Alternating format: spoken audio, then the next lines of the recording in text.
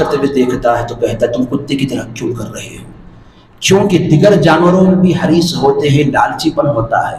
مگر زیادہ تر جو لالچ کا تعلق ہے یہ کتے سے جڑا ہوا ہے۔ آپ کتے کو ایک روٹی ڈالو یا ایک بوٹی ڈالو، وہ کھائے گا، پھر دم ہلاتے ہوئے نظر آئے گا۔ اسے آپ ایک کے بجائے اور عطا کرو، کھائے گا، پھر وہ آپ کے پیچھے ہی دم ہلاتا ہوا نظر آئے گا۔ بسا اوقات اگر آپ ایک روٹی کی تھی کتے کو ڈال دیتے ہو، صبح سے شام تک وہ آپ کے گھر کے دروازے پر بیٹھا رہے گا، وہاں سے جانے کا نام نہیں لے گا۔ اور کئی تو ایسے بھی ہوتے ہیں ایک مرتبہ جب آپ نے اسے کھلا دیا تو ہفتے بھر تک وہ آپ کے دروازے کے پاس پڑا رہتا ہے، جبکہ دیگر جانوروں میں ایسی خصوصیات نہیں ہوتی یا ایسی عادتیں نہیں ہوتی۔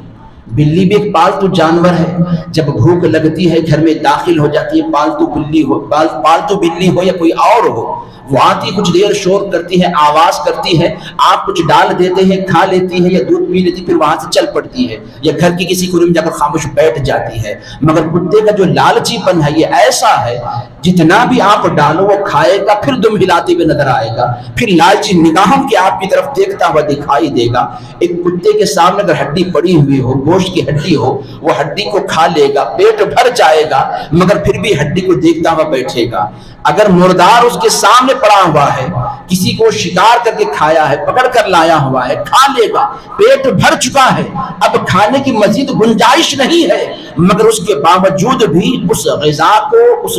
ہڈی کو چھوڑ کر ہٹنا اسے گوارا نہیں ہوگا، اسی کے سامنے بیٹھا رہے گا یا دونوں ہاتھوں کے بیچ میں لے کر اسے بیٹھ جائے گا۔ اب دوسرا کتا قریب آنا چاہے گا، اگر وہ بھوکا ہے تب بھی اسے کھانے نہیں دے گا اور رائے گا، اس سے لڑنے کے لیے بھاگے گا، اسے کترنے کے لیے دوڑے گا، حالانکہ خود کا پیٹ بھرا ہوا ہے، خود کے پیٹ میں 1 انچ کی بھی جگہ نہیں ہے، مگر وہ حریص ایسا ہوتا ہے، اتنا لالچی ہوتا ہے، اپنے علاوہ کسی کو کھانا دینا اسے گوارا نہیں ہوتا، سب خود کھانا کھاتا ہے، حالانکہ اس میں بدبو نکل رہی ہے، مگر پھر بھی وہ اوروں کو کھلانا وہ کتا پسند نہیں کرتا۔ حل من مزید، حل من مزید کی گویا تمنا کرتا رہتا ہے، اور آ جائے، اور آ جائے، اور مال مل جائے، لہٰذا اس کے چکر میں بس اوقات وہ خود کا نقصان کر دیتا ہے۔ مولانا روم رحمت اللہ علیہ نے ایک مثال کے ذریعے سے اس بات کو سمجھایا ہے کہ ایک بھوکا کتا جو ہے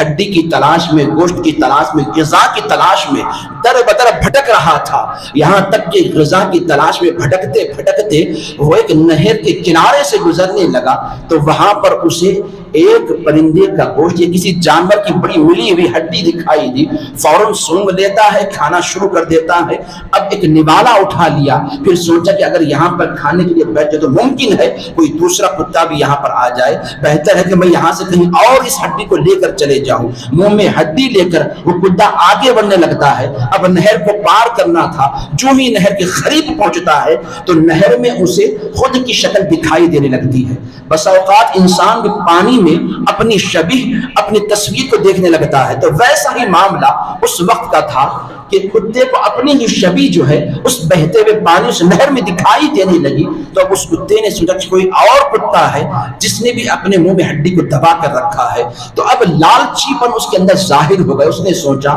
کیوں نہ ایسا کروں، یہ جو کتا نہر میں دکھائی دے رہا، یہاں دکھائی دے رہا ہے، اسے بھگا ڈالوں تو اس کے منہ میں جو ہڈی دکھ رہی وہ بھی مجھے مل جائے گی، وہ بھی کھانے کو مجھے حاصل ہو جائے گی۔ یہ سوچ کر اس کتے نے اس نہر کے کنارے تک غرانا شروع کر دیا، مگر اب نہر میں دیکھتا جا رہا ہے، وہ غراتا جا رہا ہے، کوئی اثر نہ ہوا۔ کتے نے سوچا کہ ایسا نہیں مانے گا، اسے بھونکوں گا، اسے ڈراؤں گا، یہ یہاں سے بھاگ جائے گا تو اس کی منہ کا نوالا بھی چھین لوں گا۔ یہ سوچ کے کتے نے جیسے ہی بھونکنے کے لیے منہ کھولا تو خود کے منہ کی جو ہڈی تھی وہ اس نہر میں گر گئی اور پانی میں بہتے ہوئے دور نکل گئی۔ اب کتا اس کے پیچھے دوڑنے لگتا ہے، منہ کی ہڈی ملی نہ کوئی اور شے اسے حاصل ہوئی، لہٰذا مایوسی کے عالم میں وہ بہتی ہوئی ہڈی کو دیکھتا رہ گیا۔ مولانا روم رحمت اللہ علیہ نے اس حکایت کو ذکر کرتے ہوئے لالچی انسان کی علامت بتلائی ہے، جس انسان میں حرص پیدا ہو جاتا ہے، لالچ پیدا ہو جاتی ہے،